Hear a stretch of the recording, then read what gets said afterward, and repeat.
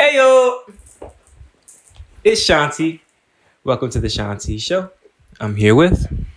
Cat, Layton. Thank you for coming. Okay, first things first. I just want to give you the opportunity to let the people know what you do and why you do it. Amazing. Thank you for that opportunity. And also, thank you for inviting me onto your show and for Councilmember Simmons and suggesting that you invite me onto your show. Really grateful to be here. Sure. Shout out Desiree. Hello, everyone. I'm Kat. I'm currently running as a Democratic candidate for Washtenaw County Commissioner, District 6, which services the city of Ypsilanti, Ypsi Township in parts, and also Superior Township in parts. However, that is not all of who I am and exactly my whole identity. In fact, I don't want to believe that politicians or politics can be assumed a role or as an identity. And so for me, I'm so many other things. I'm a community organizer, I'm a neighbor, I'm a resident, and I'm a social worker. And I've been working in social services here in Michigan since I moved here in 2016, but also before as a caseworker, mental health professional, and criminal defense social worker. Okay. And in those experiences is kind of what led me to where I am right now, which is running for an office. So yes, being in those systems and witnessing the experiences with my clients and feeling the sense of powerlessness with them and for them, and having that experience be in direct opposition with what we hear from administrators, politicians, people in these larger roles, telling us what's happening on a ground level when in fact we experience something entirely different. Truly. And so I'm here with that knowledge and experience to try to have conversations that have been historically neglected. Thank you. Absolutely. I'm trying to turn my phone battery low off because my phone keeps going to sleep. I really do be like that. Okay, so it's funny you say you're like these like so many things and not just like politician. Mm-hmm. I first want to know county commissioner. That's what you're running for. Yes. Can you tell me basically what that position does? Like, what are the responsibilities of said position? Thank you for asking that. I actually really made a handy dandy resource type of thing on my Instagram, which is at cat4, the number county. Description will be there. But it actually kind of breaks down exactly what the role of a county commissioner is, kind of starting from this view of federalism and explaining what this is, of like a separation of powers. And so if you were to think of yourself as being like the core center of a Russian nesting doll, and then above that you have like the local government. So for here, this is Ypsi Township. So you have your board of trustees and you have your supervisor, and for Ypsi City, it's a mayor and city council that makes those laws and governance. Okay. And then if you were to imagine the doll that's kind of swallowing those things would be the county.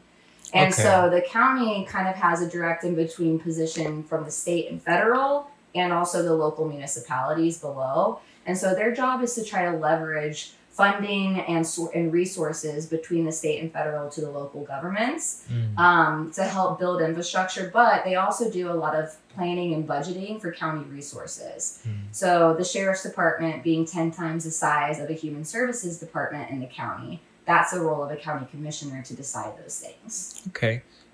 First and foremost, 10 times the size. When you say 10 times the size, you mean like employment, things like that nature? No, I mean money. I mean millions of money, dollars. The human services budget is very fractionally small, much smaller than the sheriff's department budget, which I see your face already. And yeah. I share the same sentiment. It's a little bit daunting. I really do. And that's part of why I'm running, is because working in the criminal legal system for as long as I have, but also having a dad who was formerly incarcerated.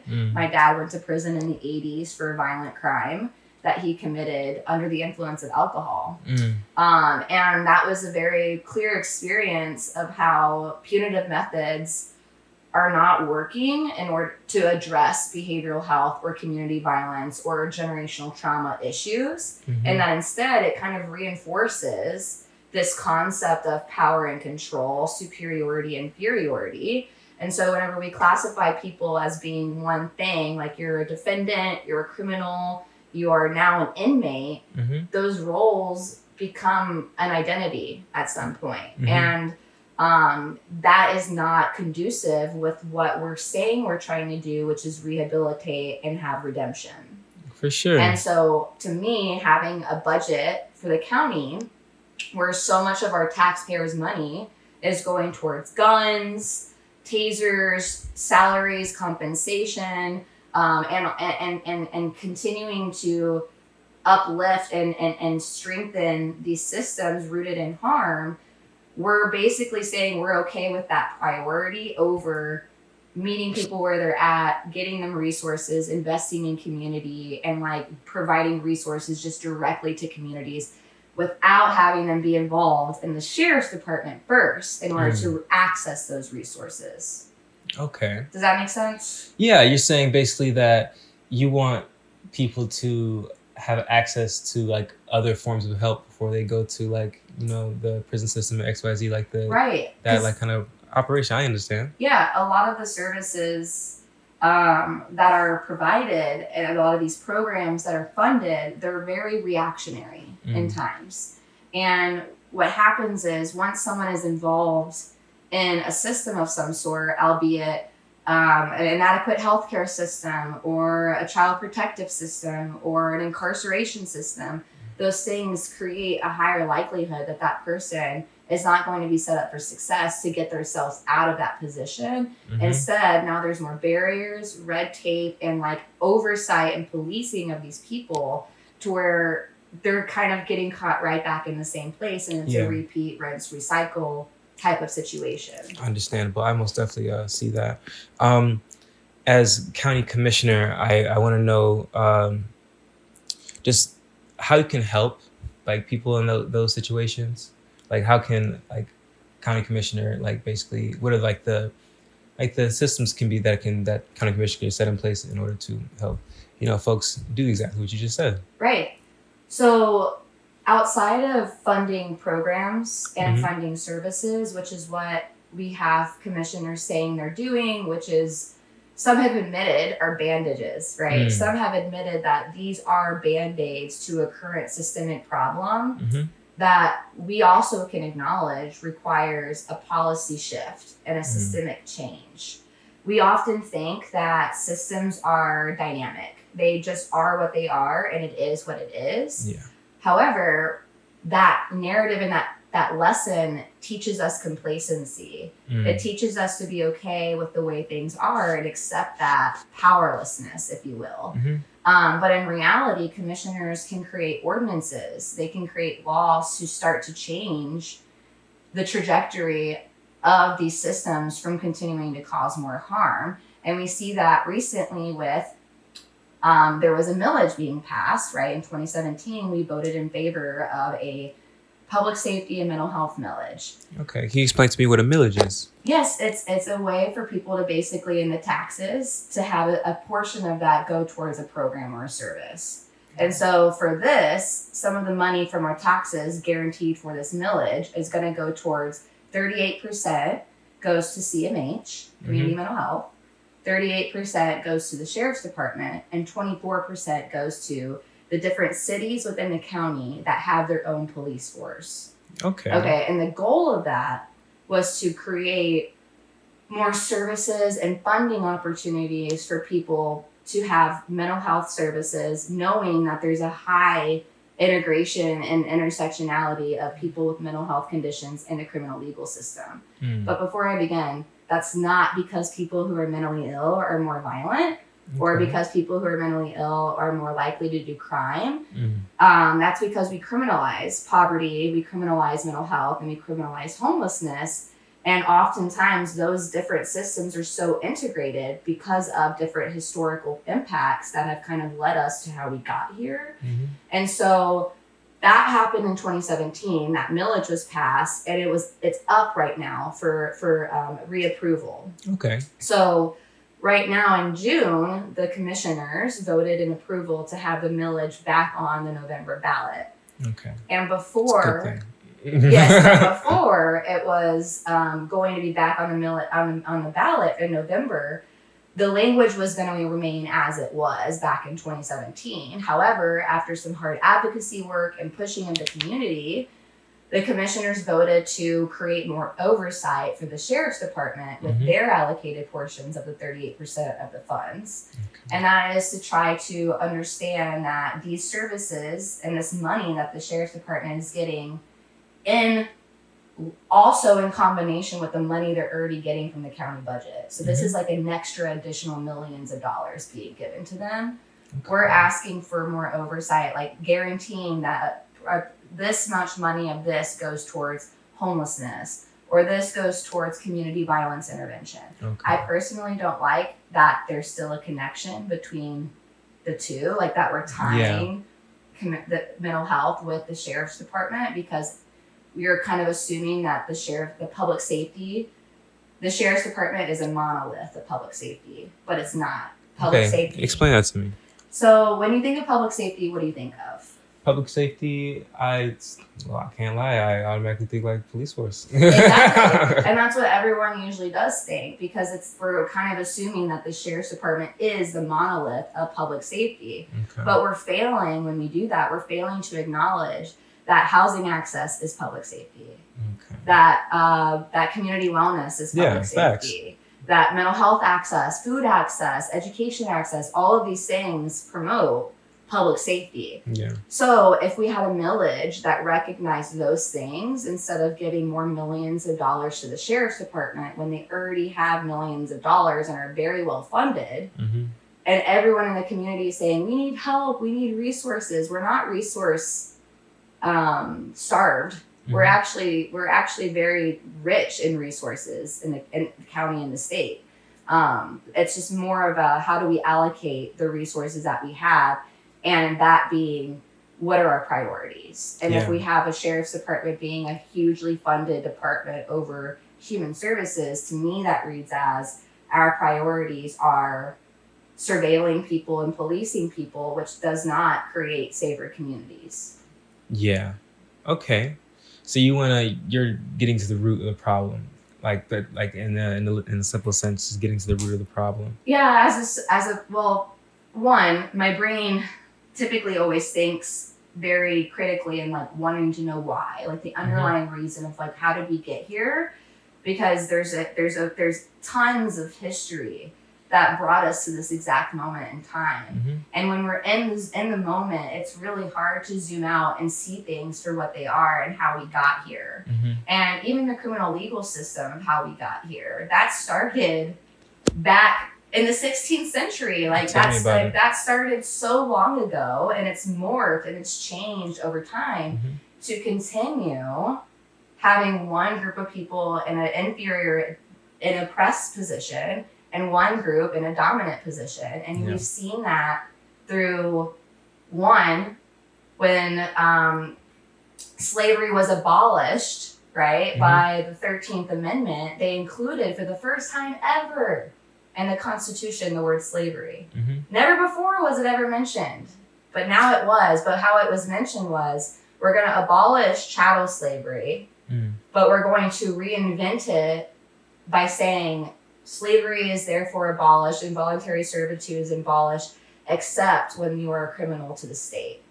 Yeah, most definitely is going to bring that up. That's facts. Yes, and that was when we first see of this example of how it's like, oh, there's a little bit of a shift to the homeostasis and equilibrium. How do we go back to getting this back in control? Yeah. And from that's when we see black codes happening. What's black codes? So black codes were enacted in the southern states post-Civil War era when slavery was abolished by the 13th Amendment. A lot of people think the Emancipation Proclamation abolished slavery, but truthfully, the 13th Amendment was the actual ratification of the Constitution that did that. Okay. And so black codes were enacted by the southern conservative states who were trying to reinforce this oppressive ideology, because when people were freed and people were no longer considered property and inhuman, that's when you saw a lot of like tax issues, or like people doing like poverty laws, or people doing housing laws, loitering laws, stopping and frisking, because police fields and services were created as slave patrols. So now they reinvented their job role to now start arresting people who were not fitting this new law they created, which was only directly targeting a certain demographic of people who now were once considered property and then had nowhere to go because the reparations they were told they would get were never gotten. Facts. So then black codes were abolished, and what happens next? Jim Crow laws were created. And people are very familiar with Jim Crow and that. And so then when that was abolished, and then we have other things pop up, like now we're having America has the highest rate of incarceration. Highest. Yeah. We score A+ in that. Yeah. But we fail in the rehabilitative efforts. Yeah. And I can't help but think that's strategic, right? Trying to, again, kill a certain group of people and further oppress a certain group of people in the name of dominance and superiority. Okay. I can get on this subject. It's a lot on my plate, and I can't like say. I can get on this is what I studied. This is like what I do. Like I worked in research, studying the intersection of behavioral health and criminal legal system. This is what I want to go back to school for eventually. Like this is what impacted my dad, obviously with a very different context, being a white man in Texas. But even that, like seeing him and knowing how he went to prison with this already toxic masculinity, already like very privileged identity and thinking, and rather than leaving with those thoughts picked apart and unlearned and learned a different way, instead it was reinforced because there's segregation of race within the prison system. And not only that, the whole entire incarceration system is designed on power and control. Yeah. You can't go anywhere without being told what to do. You sleep on a metal bed with a cage around you.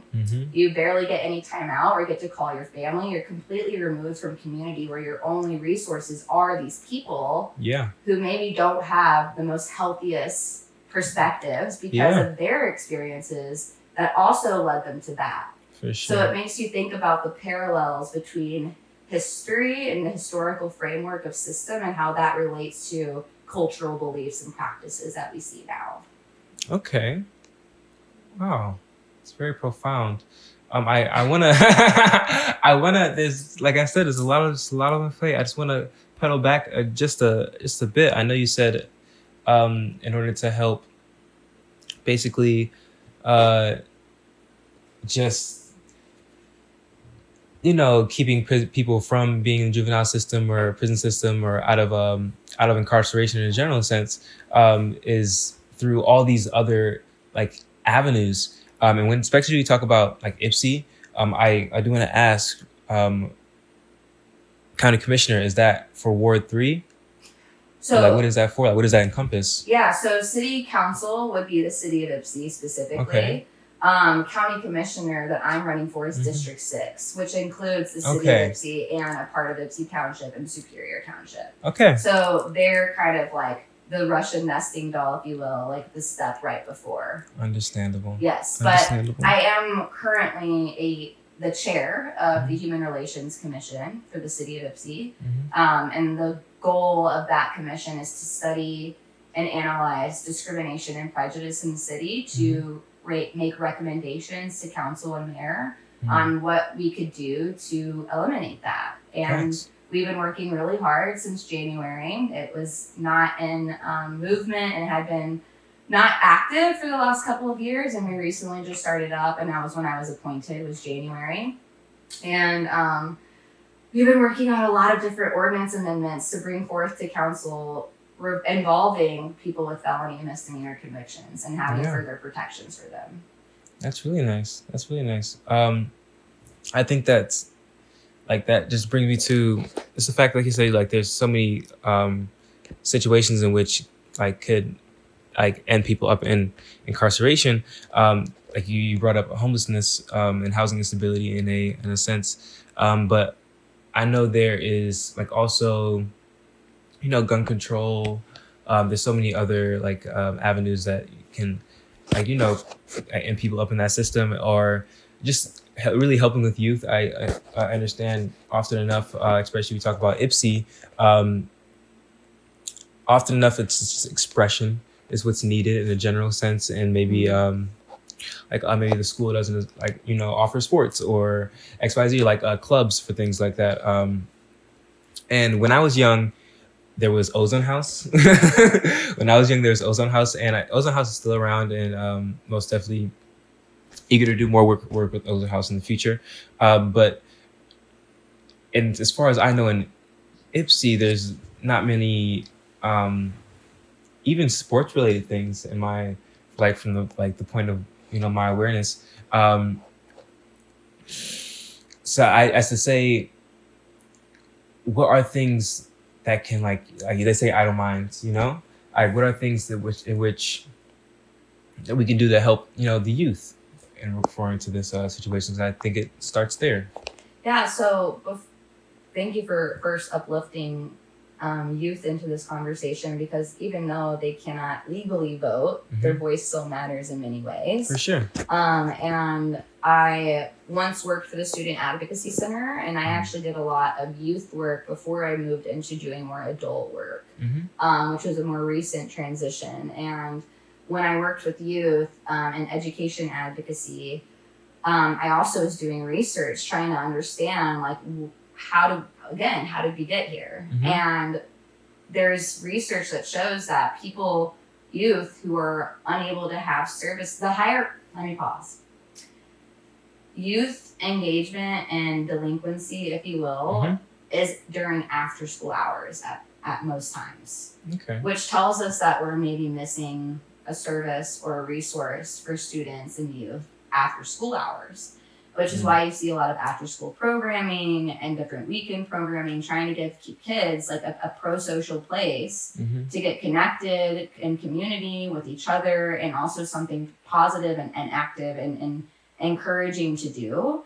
Sure. And there are a lot of great groups in the area that are doing that. We have CLR Academy, Young Braves. There's these different groups trying to bring forward these after school programming and also just overall pro-social programming to youth. Also, the Student Advocacy Center at one point had a Youth Action Michigan group, which I was part of, where we did political advocacy with youth, helping them understand what is the school to prison pipeline. Because what we learned, and what I learned in my work, is knowledge is power. And whenever you afford someone the language to help them describe an experience that they've already been experiencing all their life, it not only validates that for them, but it also provides them context and knowing that it's not all on them, and that there's something bigger happening around them, and that it may feel powerless. But how can we reframe that narrative to where we give you the knowledge to know what is happening, so then therefore you have the power. Facts. Albeit you go to city council meetings or school board meetings or county commissioner meetings, and you use your voice, even though you can't vote. Those things matter, and that is heard. And eventually, when you can vote, you're going to already know a lot of different things going on, and you're an informed voter at that point. And that's what's happening, is a lot of people are not informed voters. And it's not because it's their fault by any means. It's very confusing to navigate the political system and knowing who's who and who's doing what, especially if you rely on just candidate websites or just first glance information. It's hard to really know what's happening on a government level, local, municipal, county, state, federal, because we're getting so many siloed puzzle pieces. Precisely. There are many. I think it's easy for youth to say, and I bring up the youth often enough because I had younger siblings myself. I understand just often enough it's it's in the home. It's it's when it comes to situations in which people are just really looking for engagement or attention from any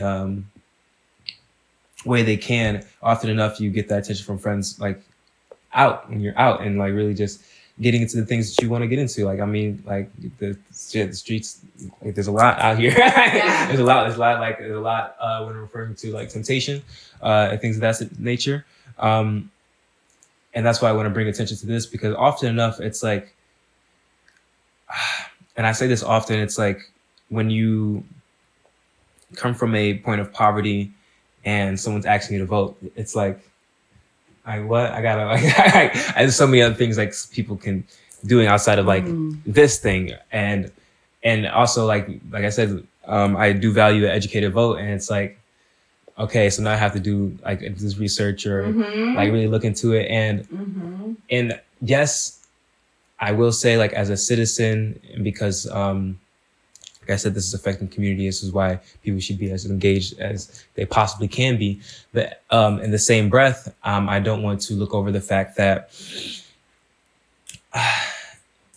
me personally, I got my first job at like 15, 16. Like, I was 13, 14. Really, it's like that. As to say,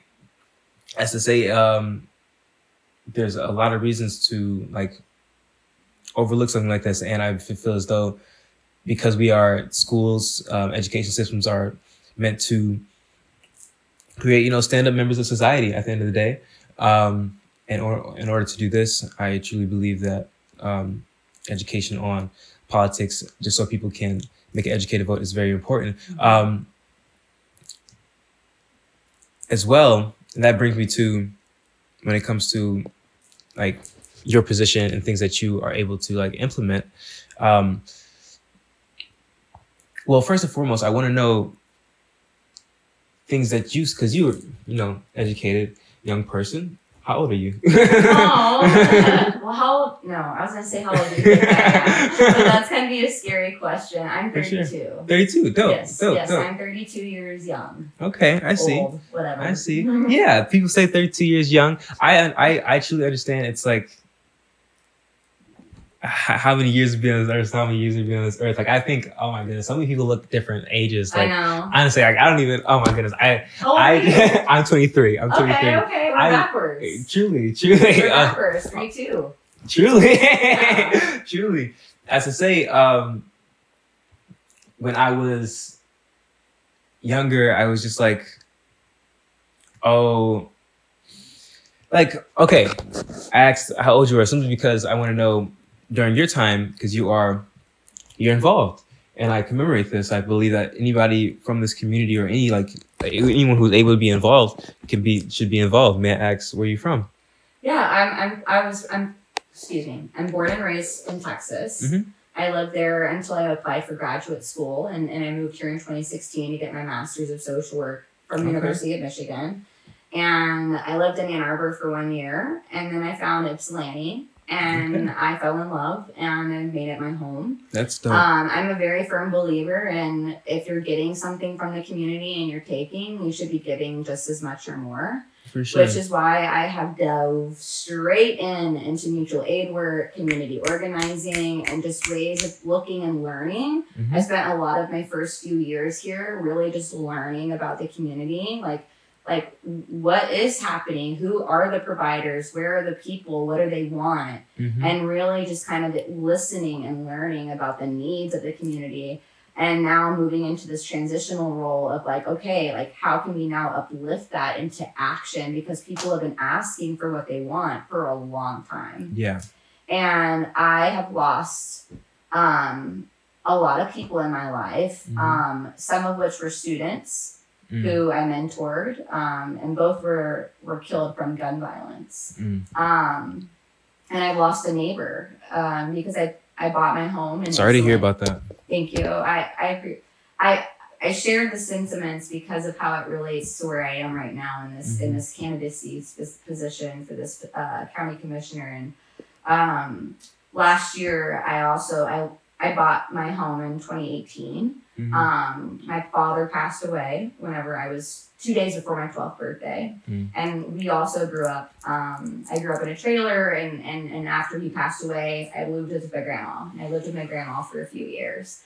And my mother, the life insurance that she received from him, she just who are in that house lived there for 3 to 6 months mostly because it's transitional, it's directional, it's like a temporary. But because COVID shut down in 2020, he was there for the longest, which meant we built a very close relationship where I learned his life, I learned his history, I learned his aspirations, I learned his strengths, his skills, what he wanted in life. And he wasn't able to find housing in the city, or really even in the county. And so, in part because of that, he was essentially forced to go back to his home, which was in Flint, where he was later on killed. Last year, he was murdered.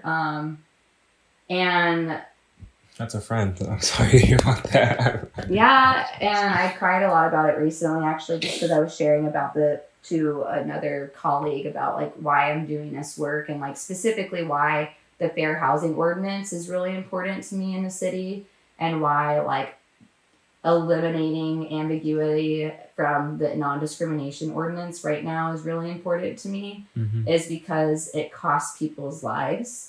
Yeah. And we see that in a very clear example with CG, who's no longer with us. And when he went to Flint, he left me his stuff, his birth certificate, his writings when he was in prison, everything that was his property because he trusted me.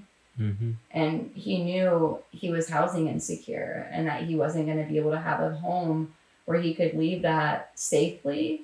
And he knew he had that with me. And finding out that he was murdered as a result of he wasn't able to get housing here and had to go back to an environment where there was chaos and dysfunction, not as a result of only individuals. We put a lot of burden on people. Yeah. But we don't realize that people are acting the way that we're acting because of the things that have created this. Yeah. Like we have stripped communities of resources. We have stripped communities of things that can help people thrive. And then we expect them to thrive. Yeah. For sure.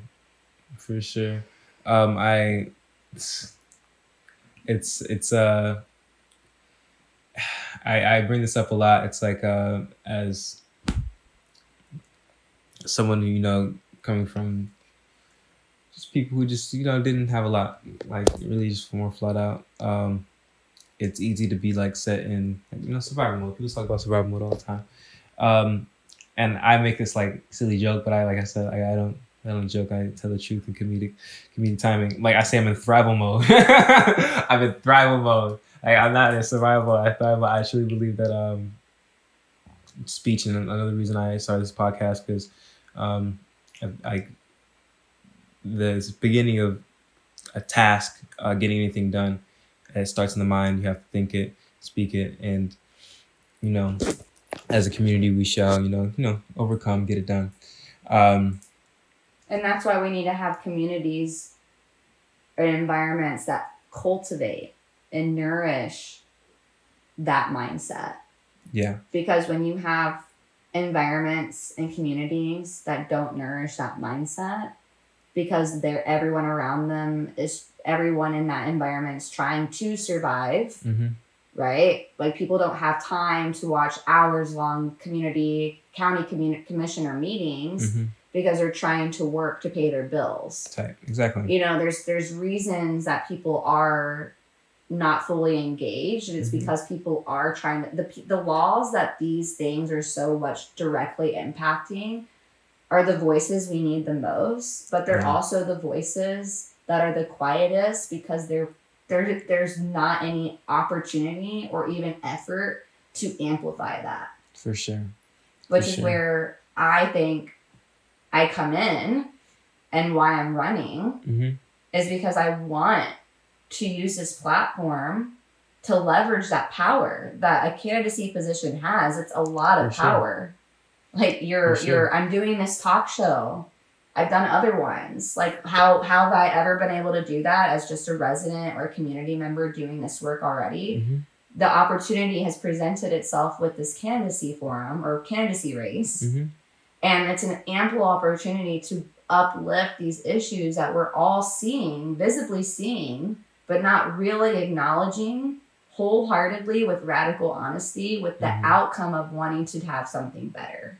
Yeah. That's what we bring this up for. For sure. It's not to be adversarial or not to be difficult, but because we know a better outcome exists, we just have to think creatively on how we get there. For sure.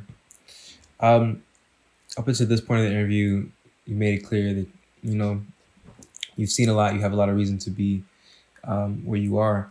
I really want to know, just you holding the identities that you hold, what are things that you could implement that you feel as though are unique to you? You know, like you feel as though like people who maybe don't hold the same identities as you do probably would make the same decisions, you know? Well, going back to like, who am I and like what identities do I bring? Not only like, you know, I'm a white, queer, neurodiverse individual in this world, and I'm also a harm reductionist, a community organizer, a social service provider. And those identities, I believe, carry a lot of this driving force that I feel that I'm trying to use this campaign for. And something that we have been asking for as a community is a shelter, for an emergency shelter, and for a 24/7 daytime warming and cooling center. Okay. And there's resources that exist for those things to happen already. Still. And now it's just about naming why it's not happening yet. And continuing to push the needle forward to where that does eventually happen. Truly. And although I personally have never experienced homelessness outside of living with my grandma for 3 years on a couch, I would never consider that homeless as it relates to what I'm witnessing happening every day here, where people are tenting in the woods, sleeping underneath awnings, because there's nowhere else for them to go. And then we trespass them for being there when they have nowhere else to go. There's not an emergency shelter. The Lana Center, there's a wait list. You can't just show up and be able to have a bed secured there. Yeah, for sure. And so that is a really big issue that I care a lot about. Just working in community with people who are often experiencing housing insecurity. Not as a result of their work ethic, not as a result of their inability to find it, but as a way because they haven't gotten the opportunity, or there's direct barriers preventing them from even having that opportunity. Yeah. I asked because, first of all, like I know I tell myself like I feel as though I've lived in two different worlds. I'm from Ann Arbor. My parents are from Detroit. Like I've seen a lot of people who come from different walks of life, and I say like honestly, as I brought up previously, a lot of times like people don't even think about politics, and that's not because they don't feel as though it's important, just because the problem hasn't been presented to them yet as in a dire manner. So when I ask about perspectives, I just feel as though like I ask because often enough, like I want to know what challenged your thought, you know, like what challenged your thought, and to be like, okay, I can literally make a change, and like the it's me moment, like, you know. Are you wondering what challenged my thought to run for county commissioner, or what challenged my thought to be so deeply involved in community work? Or community work, for sure. I don't think there was ever a moment that challenged my thought to get involved in community, because my mom had taught me about being involved in community from a young age. Starting at like 3 years old, we were volunteering. I remember going to shelters for families and children who were fleeing gender-based violence, bringing them toys, cards, toiletries, food, only to go home to an environment where gender-based violence was something we experienced too. Yeah. And so that moment was a moment of clarity for me, of a sense of belonging, of community, and that community is accountability. Mm-hmm. And what really started to challenge my thoughts to think more critically of the different systems involved, because that wasn't afforded to me growing up in Texas. Yeah. With that education system, with my own family structure. Mm-hmm. Like I could see, like I literally grew up in a town where there was actual visual and still present day impacts of redlining, Mm-hmm. where there's a literal railroad track dividing the town between poor people who were overrepresented and disproportionately Black and brown people, Mm-hmm. not again by any fault of their own, but the history of stripping away resources. Truly. And then on the other side, the middle class white family. And there's me and my family, which we're all the way out in the country boondocks. And I witnessed that growing up, but I never had the language to describe what it was I was seeing. Mm-hmm. But I knew there was something that had to be more to explain what I was seeing. And fortunately, through like diving deep into work, into community work, into reading and self-knowledge and introspection, Mm-hmm. and also by working with people directly on the ground for over 10 years, Mm-hmm. I've come to start having these aha moments that there are so many failed interventions that could have happened in so many people's lives as a result of bureaucratic failure, systemic oppression, institutional oppression, like so many things that led up to this moment. Mm-hmm. And I really got a sentiment for that when I worked in criminal defense. Whenever I would be writing the narratives and the stories and the experiences of the people who are being charged with murder or home invasion, whatever Mm-hmm. it is, helping to sit with them and understand how they got here and the different failures and systems that failed to intervene in their life. Mm-hmm. And honestly, a compilation of all of those things were like this big aha moment of just continuing to propel forward, growing and evolving over time, because adaptability is crucial. Okay, for sure. For sure. Do you have like, so you say it's the household you were in, just promoted your thought, and made you more eager, driven to be, embedded into community work. What are some things that you see, as of now, like, in the position you are? So I know, so county commissioner is what you're running for. Yes. I want to know, I know you explained to me, just basically, loosely, basically what that position entails, but I want to know, what qualifies you for said position. Like, just simply, a lot of folks would say, I know you brought up like your personal history, of course, but and in this respects, I would say, like, on paper, just the positions that you've held that makes you like you can write on a resume and say, be like, okay, I did this. Mm-hmm. I think there's a lot of different factors that make me more than a qualified candidate Mm-hmm. for this role, and that is what it is. It's Facts. a role. It's not an identity. It's not an end-all be-all or something that is a consuming feeling. Mm-hmm. It is a role with a set of responsibilities that need to be fulfilled. Yeah.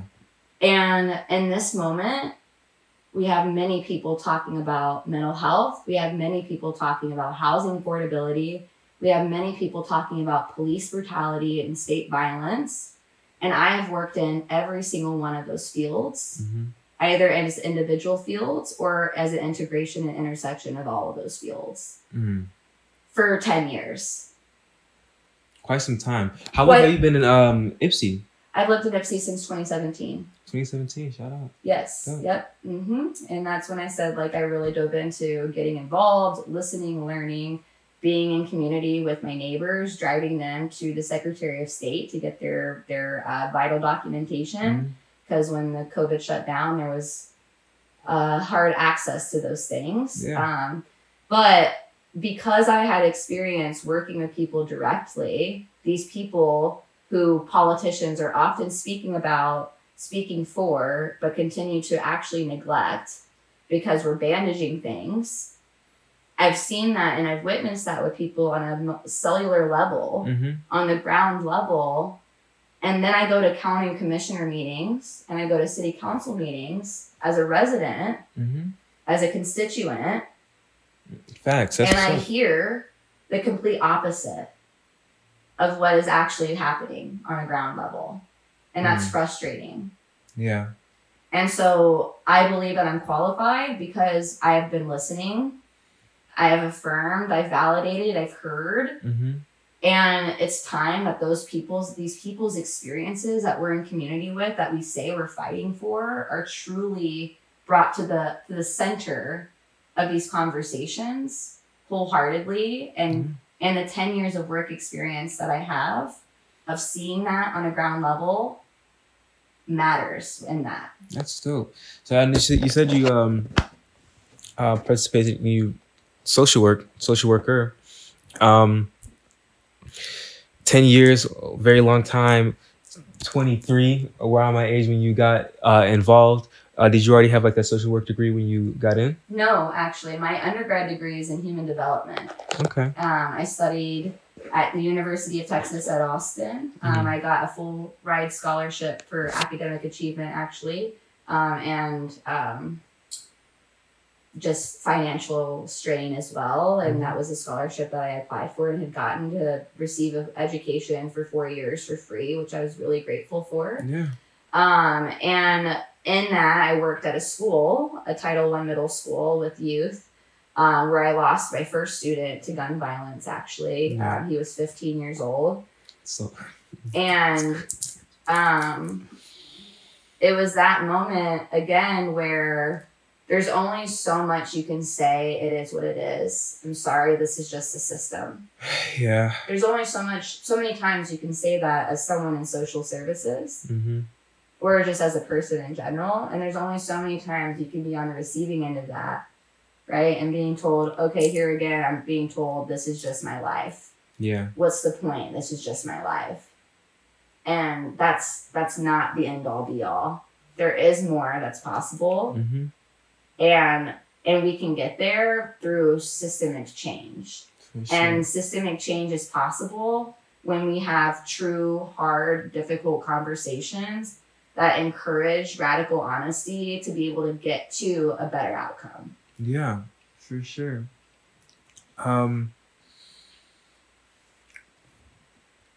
Okay, so I want to go into advice. So for the youth, I want to know what you believe that they should be doing even now, just if they're eager to find ways to be involved themselves.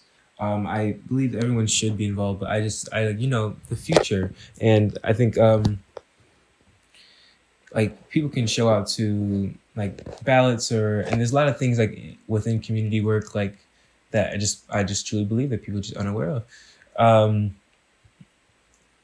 And I just want to just know just to make people more aware of these things. Because my goal is to have people show up. I think it's very important, like you said, you've been around here for 10 years. It's very important for people who have been around here for 10 years, or even like imagine somebody being out here for their entire lives. Like how can they, even then it's like a lot of folks who are even like just, and people talk about like, I guess I talk about often perspective and the perspective of Ipsy. And I do believe being so close to Ann Arbor, and it's a middle ground in a whole honesty extent. And I think it's so easy for just it to go over people's heads. That's all I want to say. And I just want to know how people can show up like in person. Yeah. Again, like that's strategic, right? Because communities are siloed. Yeah. Because when we're siloed, it's a lot easier to be distracted. It's a lot easier to focus on your individual self. And that's because the bigger picture of like dismantling these like white supremacy and other oppressive things is harder to do when we're all trying to do our own thing and surviving in this world. Truly. And so where people do have capacity, where people can get involved, dependent on like where you live, is being able to look up at your city website or your township website or your village website, whatever, wherever you live, and look at what boards and commissions are in that community, and see what is interest to you. There's politics, people often think federal, like they think that's like where the biggest voice is, but really you have a lot of say on a local level. And if you were to view this like through municipalism, right, like what you do on a local level can shift, like this bottom up approach, like it can shift what you do on a state level. Yeah. And instead of viewing it top down, which is a very like old way of thinking. And so like showing up, learning what boards and commissions are available to you. If you don't have capacity to go to an actual in-person meeting, looking at it online and reading the minutes. Also knowing that the minutes are always going to just capture the decision, right? They don't necessarily capture the conversation that led to that decision. So if you're wanting to be attuned to that, being in person or being able to witness it online is extremely helpful. But also getting involved, knowing who your local officials are, like knowing who are the judges that you can vote for, because that matters, right? Yeah. Especially within the criminal legal system. Like judges are a huge voice in that part. Knowing how to be involved with the different organizations doing work. Like if you were to do like a community partners map, who is doing what in the world around you. And I like to assume people want to know what's going on. They just don't know where to tap in. And so even just like finding one person who maybe is connected and asking them to loop you in, word of mouth is extremely valuable in that way, especially for people who don't have social media access. So yes, I hope that was helpful, but I think just like being able to know, like, because every government is different, every local entity is different.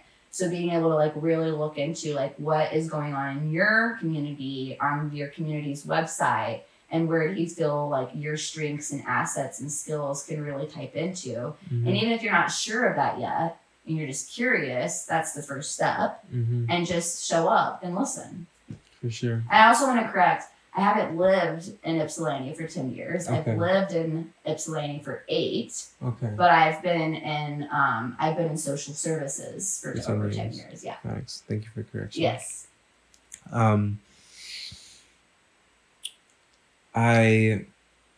So you say like knowing your community. From what you know, I want to know, like, how is IPSI different? I think it's I'm very like intentional about wanting people who are, who know the community to be working in said community. I just want to promote that as much as I possibly can. Absolutely. As to say, it's simply existing as who you are and knowing the things you know. Like, I want to know if you see anything in others' communities that you feel as though contrast drastically from IPSI's, and how can we, show up in ways that could be more beneficial, that maybe can work for other communities, that, that we can get to work for ours. Okay, I hope I'm understanding correctly. But what I'm hearing is, what you're asking is like, what can you repeat your question? No problem. I got you. So basically what I'm saying is, from what you know about other communities and how just the system of not only county commissioner, but just the network of politics that that's just going on, how does that contrast from other communities? How does IPSI contrast from other communities? And just how can we basically implement what other communities are doing into like what our story is? Well, first, I think it's important to name that the city of IPSI or IPSI area has just been neglected for a long time with resources. And so that kind of goes back into my previous conversation that we're a very resource rich community, county. For sure. There's just not a lot of appropriate. I think people don't know that at the very least. Like, we just have a lot of like resources. Like, we do. A We reasonable have amount. a ton of money. We're a very resource county. There's just scarcity mindset that's happening that makes people feel like they have to battle it out for funding, which is, you know, a condition of white supremacy and capitalism. But I digress. Essentially, this is an important fact. The county of Washtenaw, the area median income for one adult, so one person living on their own, their median income on average in the county is around $82,000. Okay? For the city of Ypsi specifically, that is around one person, area median income is around $41,000. Okay, can you reiterate, please? Yes, so if we have a county average of everyone who lives in the county and we total their area median income for one adult, it averages out to around $82,000. That's the average income for one adult. Okay, in the entirety of Ypsi? County. County, wow. But Ypsi Township, Ypsi City, and Superior Township all have below the county average of the area median income. Okay, so lower than the 81? Yes. Okay. And City Ypsi specifically is half of it. So if we have programs, like housing programs, for example, I was on an Avalon housing program in the city of Ypsi last year. I was on the community benefits committee to do like negotiation of benefits for the community with this development. If we have a developer coming and building affordable housing and they use area median income as a way to justify low income housing to whatever moderate, they use the county's calculation of area median income, which leaves out a large portion of the city of Ypsi. Right. There's more than just the county. Exactly. I understand that. So what's important is people knowing that, and whenever there's people creating affordable housing developments on a county level, but it's within a certain area, advocating and fighting that developer consider the area median income of the local community instead. Okay. Because 30% of area median income for the county is a lot more than 30% for the area median income of Ypsi City. But it's still people in a lower income socioeconomic class, but they're not considered in that because it doesn't meet the threshold, if that makes sense. It probably helps if I have a visual, which I have some visuals. There's also resources on, if you look up 206 North Washington and City of Ypsi project, I created a presentation that really broke down how this works. Okay, if you could send me that, I'd be grateful. Yeah, how area median income works. Thank you.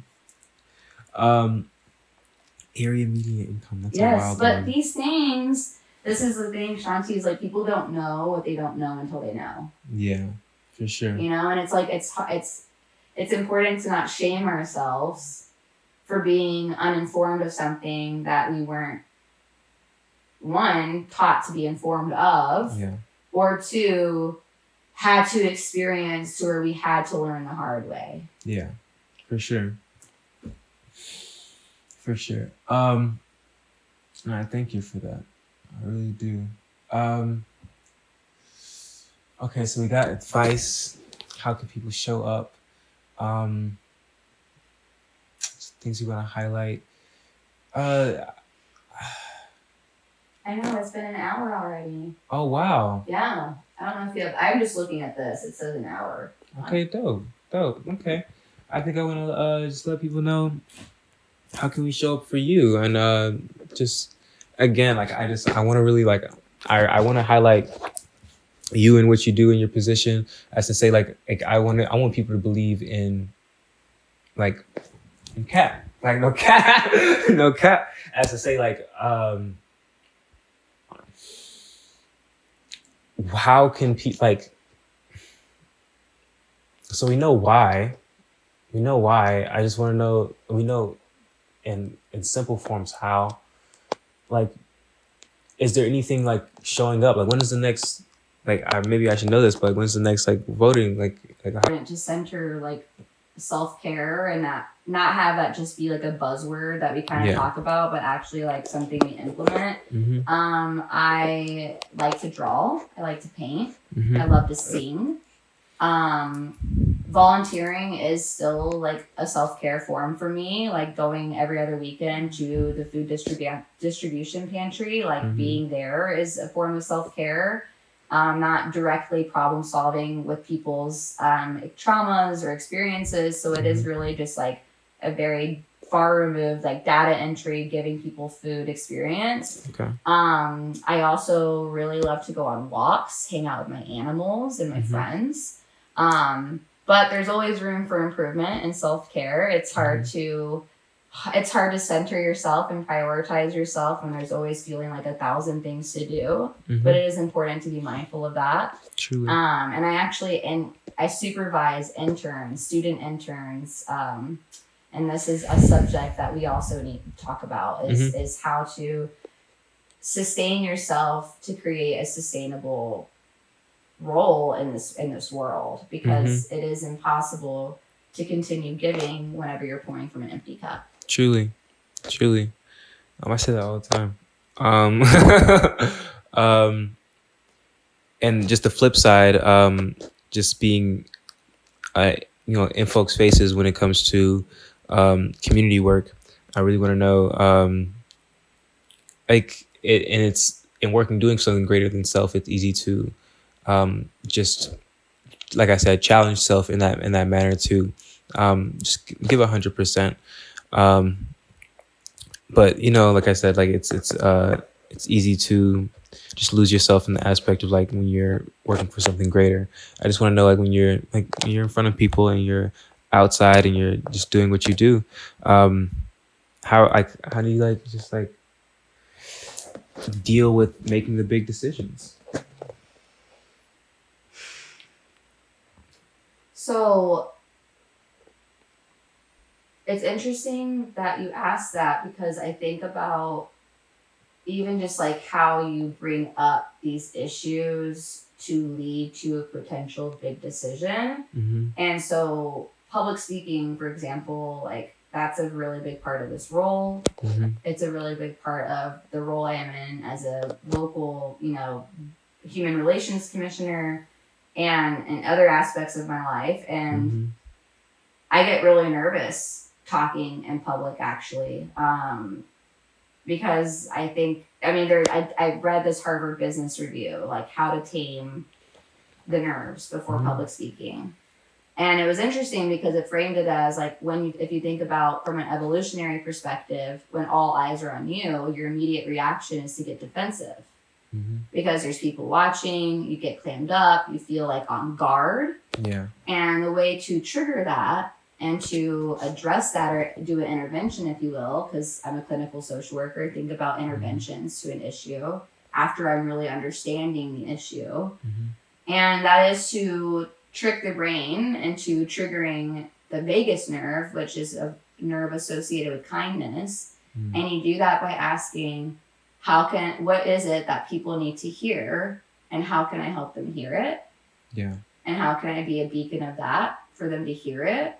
And I think about that, and in many of the roles and hats that I wear, is I'm aware of the positionalities I carry. I'm aware of the identities I have, and I'm aware that this opportunity I have with this person in this position of power may be the only time that a conversation could exist where a change of heart or a change of mind could happen. And being aware of the larger picture of what is our common goal, what are we trying to accomplish, and like how can we have healthy conflict. People are scared of conflict is normal. Truly. Like, conflict is inevitable. We have people with different histories, experiences, showing up, trying to talk about real hard shit. Conflict is normal. But when we approach it with radical honesty and transparency of like where we can hold ourselves accountable in the name of getting to a better outcome. Mm-hmm. If you come to me expressing a conflict, I trust in my heart that's because there's a goal for us to get through a better outcome. If you didn't care, you wouldn't be coming to me, right? You would just hold on to it, ruminate over it, or just like blow it off. Facts. But because I'm coming to you with this concern, it's because I care. And the same thing can be said for community issues. Mm-hmm. Like people in these positions, in politician positions or commissioner positions, and I mean like for boards too, they can get so guarded over their work. And it's important to know, like, the work isn't only tied to you. And we always associate movements with people. And that's why movements die sometimes. Yeah. It's because when we base it on a person, we're not basing it on the underlying movement that will continue to sustain it and go forward. Because people die, but movements don't. Truly.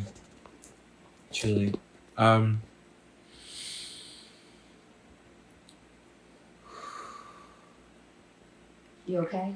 Yeah, I'm great. Thank you for asking. People die with moves though. That's a bar. That's a bar wholeheartedly. I just wanted to capitalize on the idea of individuality, and it's not an idea, it's a fact of nature. I truly believe that people often attack individuality before as a way to attack ideas, almost to say because we hold these identities are why we shouldn't be making decisions on certain things. Like I said, and just speaking of community of people who it's easy for people to be like, oh yeah, just uneducated, XYZ. Like at the end of the day, and I really want to know just ways that people attempt to undervalue you, because you are like a woman by birth, and you do hold like these different identities. Maybe you don't seem as though you're like, I say 30 is the new 20. Like a lot of folks maybe, and especially talking about politics when people are really like doing this till they're 70, 80, like no cap. So like, I feel as though people, especially being a young person myself, it's easier for people to try to discredit you because you hold certain identities as if you're not innately a human being with a heart. I just want to know situations, if you ever encounter situations doing the things you do when people try to use your identities against you. Unfortunately, I can say that is to be true. But that experience is not unique to me, right? That feeling is not unique to me. It's happened to many other people around me, more so than me in many ways. And to be quite honest with you, the people who choose to undermine or devalue are the people I choose to not spend my energy into trying to get them to understand when people can be committed to misunderstanding. Yeah. And there's, like I said, there's people dying of overdoses. There's people dying of heat exhaustion, hunger, homelessness, poverty. My energy and trying to prove my worth, my existence, my value, it shows through my work with the people I work with. And that's what matters to me. Yeah. Not expending energy to prove to people that I'm worth something, but showing it with my actions, following through on what I say. And that's how come I've had such great rapport with many of my clients, where I still keep in contact with most of them and some of them today, is because of just showing up and being 100% my most radically honest version and authentic version of myself. Mm-hmm. And my tenacity and my zealousness can be often mistaken for difficulty Mm-hmm. or challenging, right? Mm-hmm. And that's okay. Like, Facts. I'm coming to peace on this journey that not everyone's going to understand me, Mm-hmm. and that's okay. That's part of being in life. Yeah. But I know at the end of the day, the people whose voices have been historically neglected, who I say They don't be trying to discredit you out here. They don't be trying to discredit you at all. Not that I've had issues with clients who've had mental health conditions who have very genuine fears and traumas around social workers that I've had to work through with them. Mm-hmm. But a lot of that comes from just acknowledging their fears and their traumas and validating that. I will lie. I've so as and I okay. I want to say so I do have just history, just being from just who I am and my perspective. Just I've had a lot of situations in my youth, in my early youth, working with social workers that weren't the most positive. Mm-hmm. And I understand like everybody, it's a job that people are, the people working. And obviously, there's many situations in which it's needed. I want to know. I can't lie to you. From my perspective, I've always been taught to just be in guard. Mm-hmm. Of sense, like you walk into a room and like the first question they're asked is like, "Do you know what a lie is?" And I'm like, "Yeah, I know what a lie is." Like it's not a bed. Actually, what a lie. just in general, just I don't know, just bump ends with just like child protection services, XYZ. Really, like just it is what it is. And like I don't know, you like. And it's like it's the most mortifying question ever. It's like, do you know what a lie is? Like asking a kid, like, yeah, yeah, I do. And I think I don't know. It's sometimes it and I don't know. It leads to the sense of trust and just who to be trusted. I think just people in my just coming from my perspective, like just it's. I mean, also I think it's easy. Like it's easy for a lot of people in general just to have trust issues, and it's. I think, and then we kind of ties into, a lot of process of thoughts are taught at the end of the day. But as I say, I have gripes specifically because it gets you in the mindset of like, okay, perhaps if I tell the truth, then things may not like happen the way I believe that they should, which is like, again, why I bring up like, do you ever feel like you've been persecuted from simply telling the truth? Sure. Yes. 100%. Like telling the truth is, it directly attacks people's current positions. Mm-hmm. And the truth that we get revenue from fines and fees for people on probation and drug testing. Mm-hmm. The truth that we get revenue from people being forced to sleep in jail with booking fees. Mm-hmm. The truth that throwing money and dollars isn't always going to be as helpful and impactful as systemic change, but that's going to be hard when the current systems are funding these people's salaries. Mm-hmm. Like, of course, the truth brings hardship and brings pushback. Mm-hmm.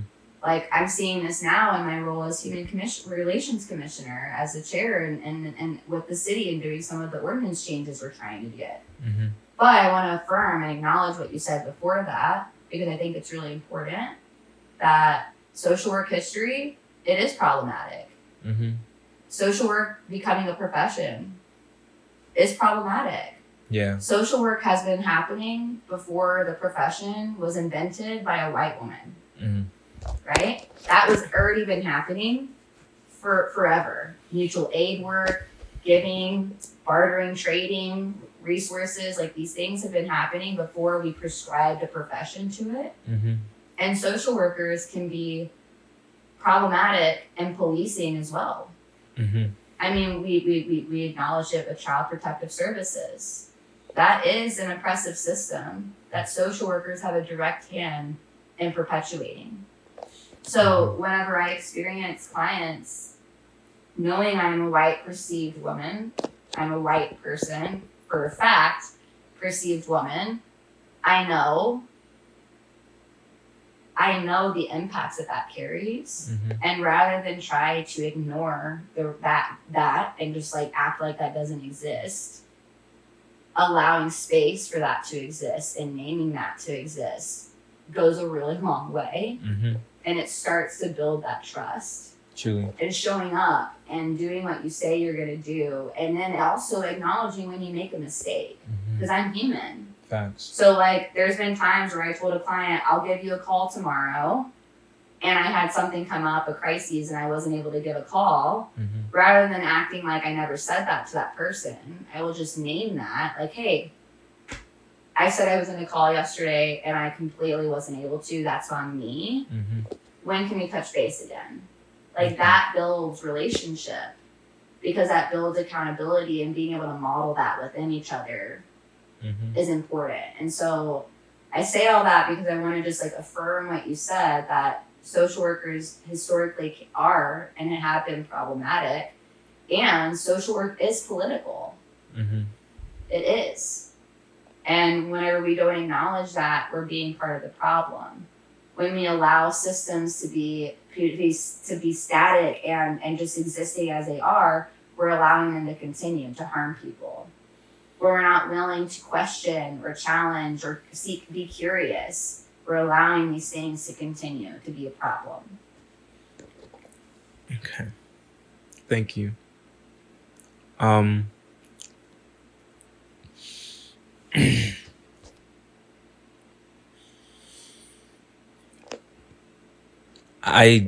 just want to touch back on just how much, although I think in a general sense, I also I never want to not highlight just the trauma around trusting just politics in a general sense. I think it's a thing, but I don't want to brush over it. But I think I truly believe that it's something that exists. Mm-hmm. and I always wanted to give space for the ideology that there's a reason that things that exist. As to say, how do you believe, or like how that you see how are just these positions of power, or even specifically social work, or just anything that you've done,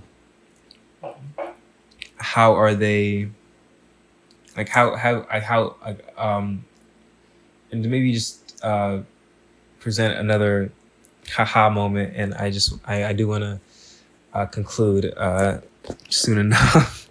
Soon enough.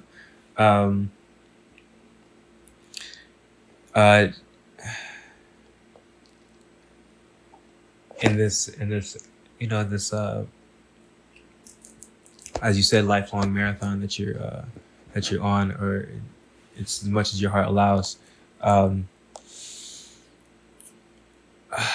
I also want to highlight, I do apologize, I also want to highlight just the necessity of what you do.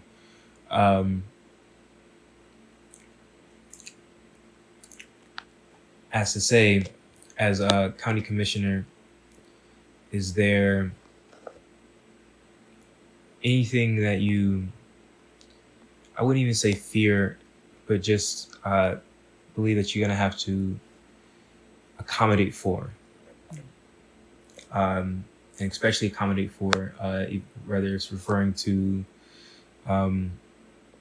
unarmed police response that we speak a lot about, or um, housing instability.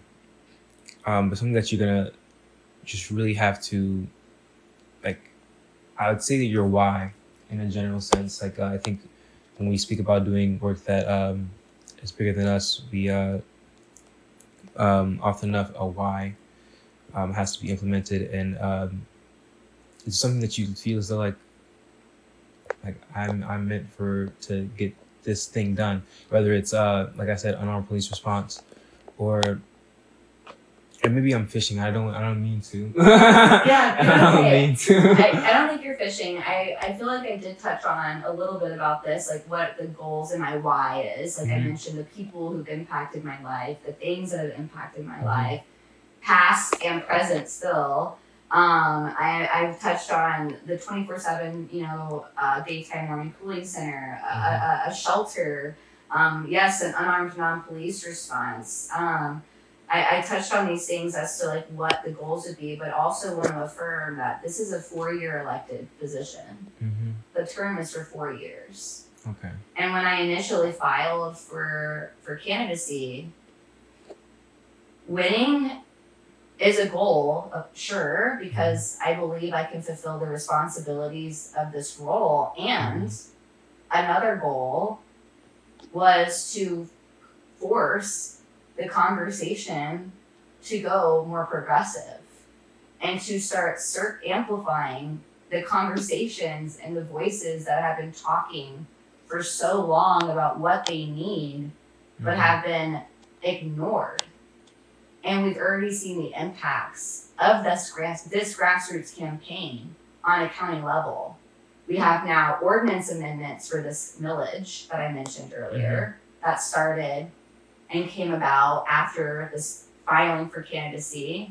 We have $1 million coming from the governor to Washtenaw County for the budget for shelter assistance now. And we have a guarantee from the incumbent county's intention of creating community land trusts with county land. So that to me is telling me like the goal is being met already of like what this purpose of like getting these conversations amplified and brought forward. And the trust of a politician, it makes absolute sense to me why people don't trust politicians. Yeah. It makes so much sense to me why some people choose to not vote. And that's because for a really long time, people's voices, even though they matter, they were told they didn't matter. They were given ways to make sure they didn't matter.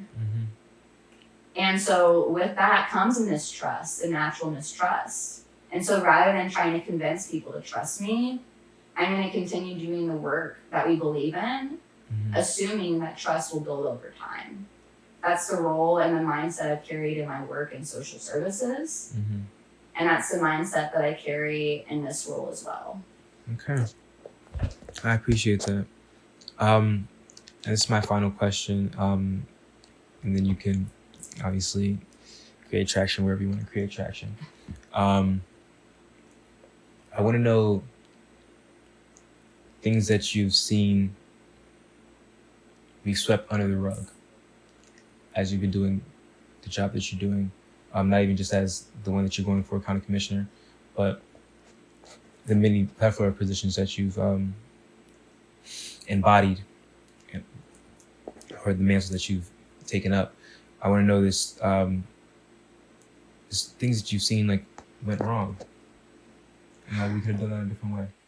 So when I was employed at Community Mental Health in Washtenaw County in 2022, I worked within the jail.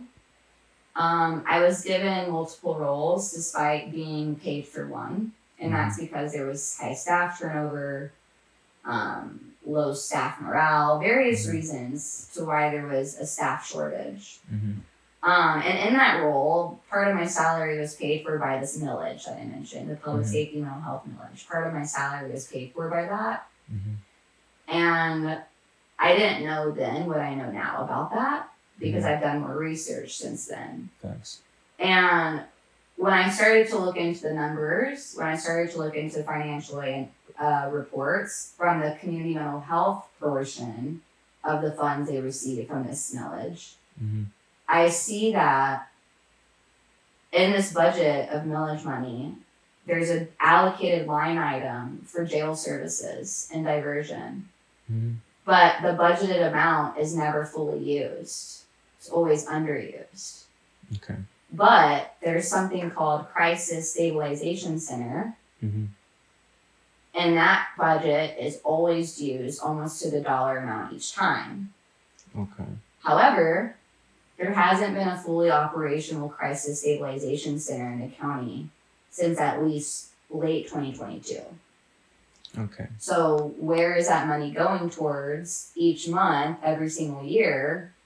I'm not sure, but I know for a fact that that is not a fully operational crisis stabilization center, and that could be utilized to have other services there in the meantime, because there's people who are willing to do the work. They just need access to be able to do the work.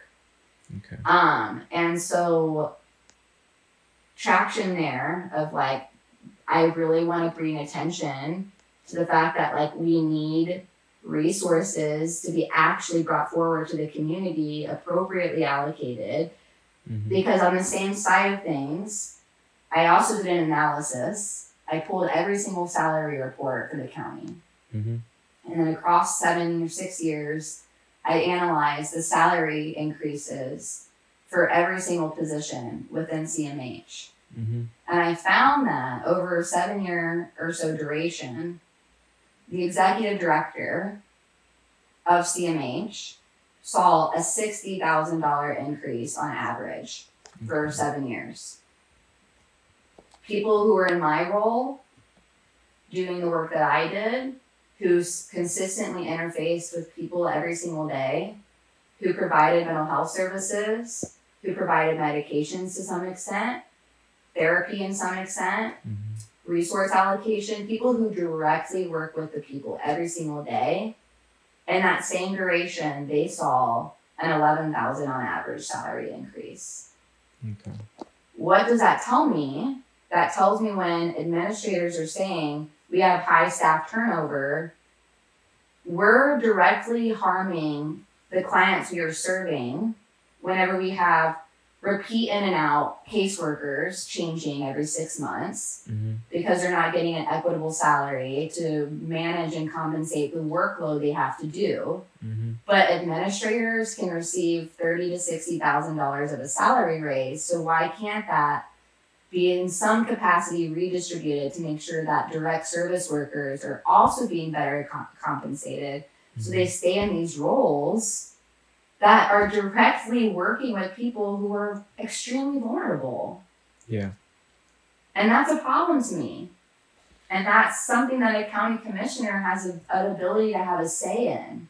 And so when I bring this to county commissioner meetings as a resident, as a constituent, and I'm saying it in my 3-minute long public comment, that's all I get. And then we're back to the same thing again. Yeah.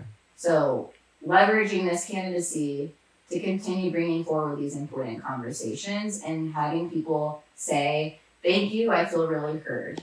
Yeah. It means something. For sure. Thank you. I appreciate you for coming on. Y'all know what to do. Stay blessed.